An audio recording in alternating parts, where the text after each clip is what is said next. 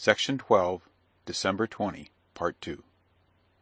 It was now 6:30, and she heard Werther's step on the stairs. She at once recognized his voice, as he inquired if she were at home. Her heart beat audibly, we could almost say for the first time, at his arrival. It was too late to deny herself, and as he entered she exclaimed, with a sort of ill-concealed confusion, "You have not kept your word." "I promised nothing," he answered. "But you should have complied, at least for my sake," she continued. "I implore you, for both our sakes." She scarcely knew what she said or did, and sent for some friends who, by their presence, might prevent her being left alone with Werther. He put down some books he had brought with him, then made inquiries about some others, until she began to hope that her friends might arrive shortly, entertaining at the same time a desire that they might stay away.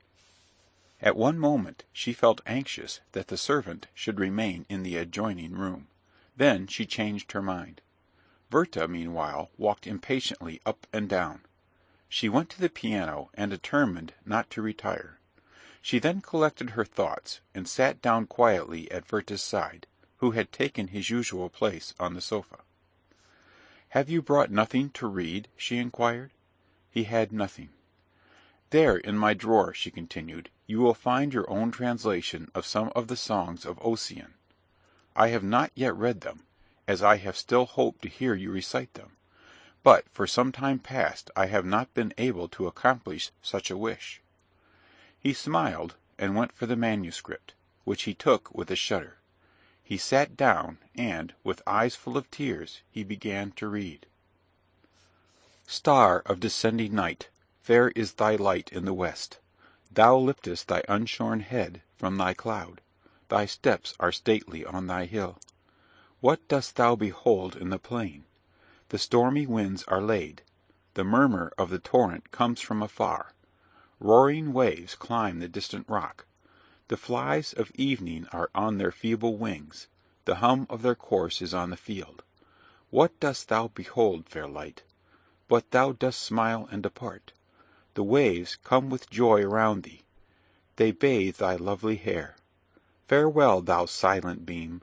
Let the light of Ossian's soul arise.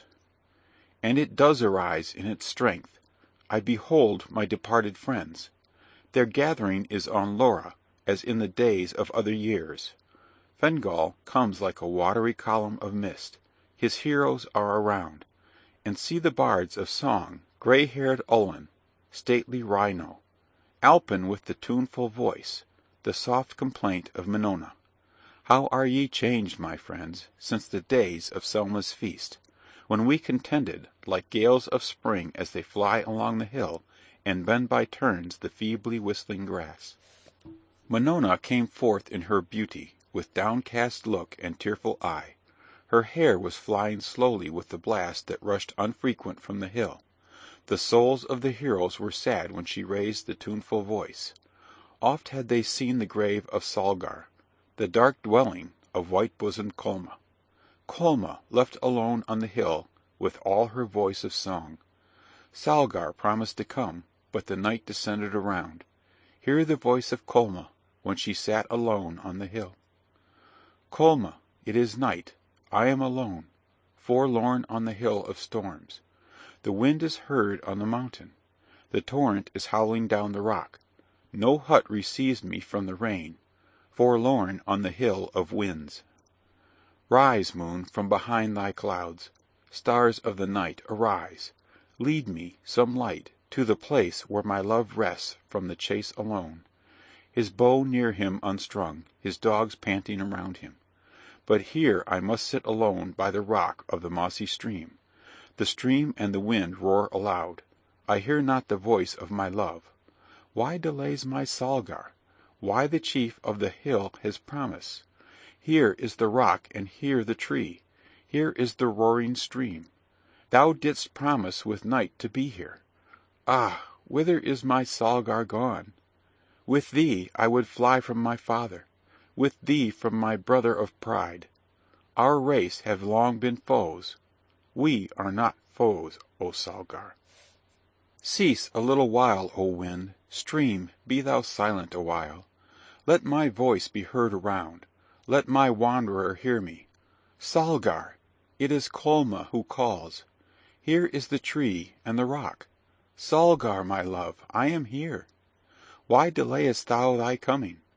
Lo, the calm moon comes forth. The flood is bright in the vale. The rocks are grey on the steep. I see him not on the brow. His dogs come not before him with tidings of his near approach. Here I must sit alone. Who lie on the heath beside me? Are they my love and my brother? Speak to me, O my friends. To Kolma they give no reply. Speak to me, I am alone. My soul is tormented with fears. Ah, they are dead. Their swords are red from the fight. O my brother, why hast thou slain my Salgar? Why, O Salgar, hast thou slain my brother? Dear were ye both to me. What shall I say in your praise? Thou wert fair on the hill among thousands. He was terrible in fight. Speak to me, hear my voice. Hear me, sons of my love. They are silent, silent for ever. Cold, cold are their breasts of clay.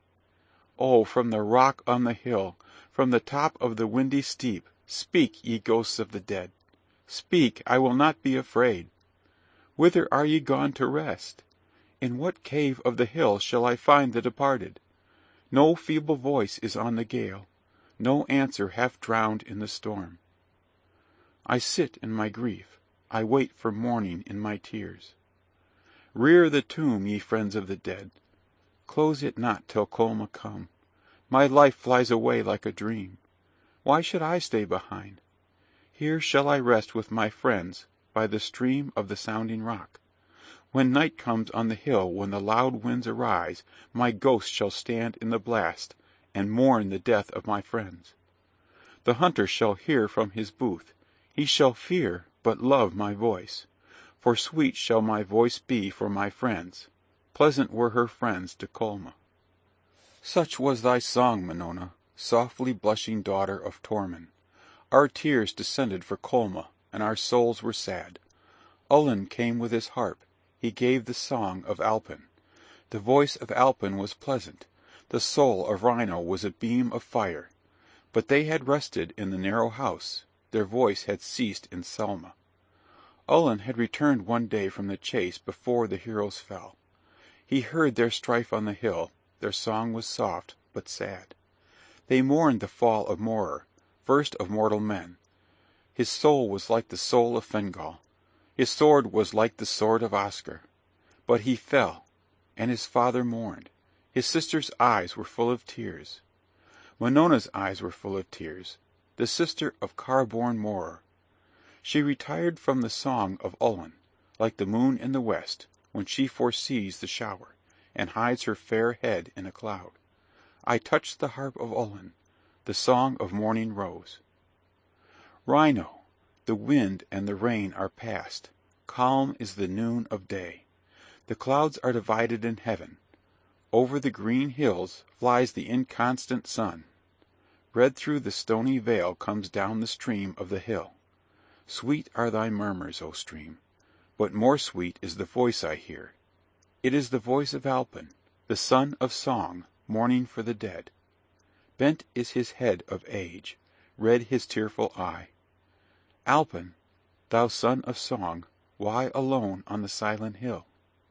Why complainest thou, as a blast in the wood, as a wave on the lonely shore? Alpin, my tears, O Rhino, are for the dead, my voice for those that have passed away. Tall thou art on the hill, fair among the sons of the vale, but thou shalt fall like Morar. The mourner shall sit on thy tomb. The hills shall know thee no more. Thy bow shall lie in thy hall unstrung. Thou wert swift, O Morar, as a roe on the desert, terrible as a meteor of fire. Thy wrath was as the storm. Thy sword in battle as lightning in the field. Thy voice was as a stream after rain, like thunder on distant hills. Many fell by thy arm. They were consumed in the flames of thy wrath. But when thou didst return from war, how peaceful was thy brow! Thy face was like the sun after rain, like the moon in the silence of night, calm as the breast of the lake when the loud wind is laid. Narrow is thy dwelling now, dark the place of thine abode. With 3 steps I compass thy grave, O thou who wast so great before! 4 stones with their heads of moss are the only memorial of thee. A tree with scarce a leaf, long grass which whistles in the wind, mark to the hunter's eye the grave of the mighty Morer. Morer, thou art low indeed, thou hast no mother to mourn thee, no maid with her tears of love. Dead is she that brought thee forth, fallen is the daughter of Morglan. Who on his staff is this? Who is this whose head is white with age, whose eyes are red with tears, who quakes at every step? It is thy father, O Morer, the father of no son but thee. He heard of thy fame in war, he heard of foes dispersed, he heard of Morer's renown. Why did he not hear of his wound? Weep, thou father of Morer, weep, but thy son heareth thee not. Deep is the sleep of the dead, low their pillow of dust. No more shall he hear thy voice, no more awake at thy call. When shall it be morn in the grave, to bid the slumberer awake? Farewell, thou bravest of men, thou conqueror in the field. But the field shall see thee no more, nor the dark wood be lightened with the splendor of thy steel. Thou hast left no son. The song shall preserve thy name. Future times shall hear of thee, they shall hear of the fallen Morer. The grief of all arose, but most the bursting sigh of Armin. He remembers the death of his son, who fell in the days of his youth. Carmer was near the hero, the chief of the echoing Galmal. Why burst the sigh of Armin, he said, is there a cause to mourn? The song comes with its music to melt and please the soul. It is like soft mist, that rising from a lake, pours on the silent vale. The green flowers are filled with dew, but the sun returns in his strength, and the mist is gone. Why art thou sad, O Armin, chief of sea-surrounded Gorma? Sad I am, nor small is my cause of woe. Carmer, thou hast lost no son, thou hast lost no daughter of beauty. Colgar the valiant lives, and Anera, fairest maid. The boughs of thy house ascend, O Carmer, but Armin is the last of his race. Dark is thy bed, O Dara, deep thy sleep in the tomb. When shalt thou wake with thy songs, with all thy voice of music? Arise, winds of autumn, arise, blow along the heath. Streams of the mountains roar, roar tempests in the groves of my oaks. Walk through broken clouds, O moon, show thy pale face at intervals. Bring to my mind the night when all my children fell, when Arundel the mighty fell, when Dara the lovely failed. Dara, my daughter, thou wert fair, fair as the moon on Fura, white as the driven snow, sweet as the breathing gale. Arundel, thy bow was strong, thy spear was swift on the field, thy look was like mist on the wave, thy shield a red cloud on the storm. Armar, renowned in war, came and sought Dara's love. He was not long refused, fair was the hope of their friends. Erath, son of Odgal, repined, his brother had been slain by Armar. He came disguised like a son of the sea, fair was his cliff on the wave, white his locks of age, calm his serious brow. Fairest of women, he said, lovely daughter of Armin. A rock not distant in the sea bears a tree on its side, red shines the fruit afar. There Armar waits for Dara. I come to carry his love. She went, she called on Armar. Naught answered but the son of the rock. Armar, my love, why tormentest thou me with fear? Hear, son of Arnart, hear, it is Dara who calleth thee. Erath the traitor fled laughing to the land. She lifted up her voice, she called for her brother and her father. Arundel, Armin, none to relieve you, Dara. Her voice came over the sea. Arundel, my son, descended from the hill, rough in the spoils of the chase. His arrows rattled by his side. His bow was in his hand. 5 dark grey dogs attended his steps. He saw fierce Erath on the shore. He seized and bound him to an oak. Thick wind the thongs of the hide around his limbs. He loads the winds with his groans. Arundel ascends the deep in his boat to bring Dara to land. Armour came in his wrath, and let fly the grey feathered shaft. It sunk in thy heart, O Arundel, my son. Armour came in his wrath, and let fly the grey feathered shaft. It sunk in thy heart, O Arundel, my son. For Erath the traitor thou diest. The oars stopped at once. He panted on the rock and expired. What is thy grief, O Dara, when round thy feet is poured thy brother's blood? The boat is broken in twain. Armour plunges into the sea to rescue his Dara, or die. Sudden a blast from a hill came over the waves. He sank, and he rose no more. Alone, on the sea-beat rock, my daughter was heard to complain. Frequent and loud were her cries. What could her father do? All night I stood on the shore. I saw her by the faint beam of the moon. All night I heard her cries. Loud was the wind. The rain beat hard on the hill. Before morning appeared, her voice was weak. It died away like the evening breeze among the grass of the rocks. Spent with grief, she expired and left thee, Armin, alone. Gone is my strength in war, fallen my pride among women. When the storms aloft arise, when the north lifts the wave on high, I sit by the sounding shore and look on the fatal rock. Often by the setting moon I see the ghosts of my children. Half viewless they walk in mournful conference together. A torrent of tears which streamed from Charlotte's eyes and gave relief to her bursting heart stopped Werther's recitation. He threw down the book, seized her hand, and wept bitterly. Charlotte leaned upon her hand and buried her face in her handkerchief.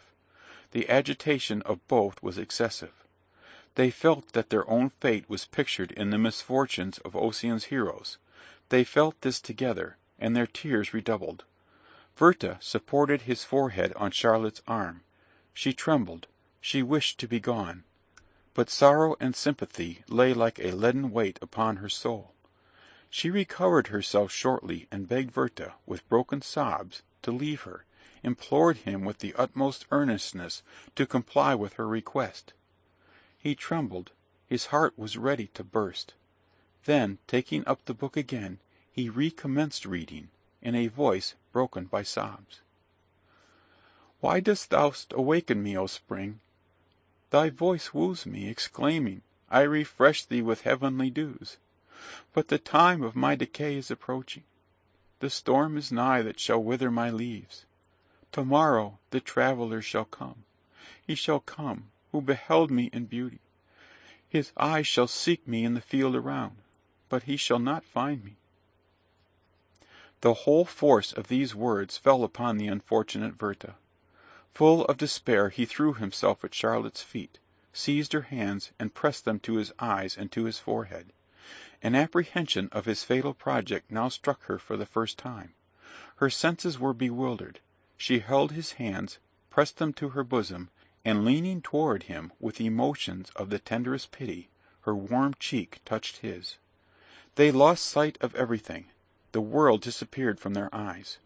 He clasped her in his arms, strained her to his bosom, and covered her trembling lips with passionate kisses. Werther, she cried with a faint voice, turning herself away. Werther! And with a feeble hand she pushed him from her. At length, with the firm voice of virtue, she exclaimed, Werther! He resisted not, but tearing himself from her arms, fell on his knees before her. Charlotte rose, and with disordered grief, in mingled tones of love and resentment, she exclaimed, It is the last time, Werther. You shall never see me any more. Then, casting one last tender look upon her unfortunate lover, she rushed into the adjoining room and locked the door. Werther held out his arms, but did not dare to detain her. He continued on the ground, with his head resting on the sofa, for half an hour, till he heard a noise which brought him to his senses. The servant entered. He then walked up and down the room, and when he was again left alone, he went to Charlotte's door, and in a low voice said, "Charlotte, Charlotte, but one word more, one last adieu." She returned no answer. He stopped and listened and entreated, but all was silent. At length he tore himself from the place, crying, "Adieu, Charlotte, adieu for ever." Section 12.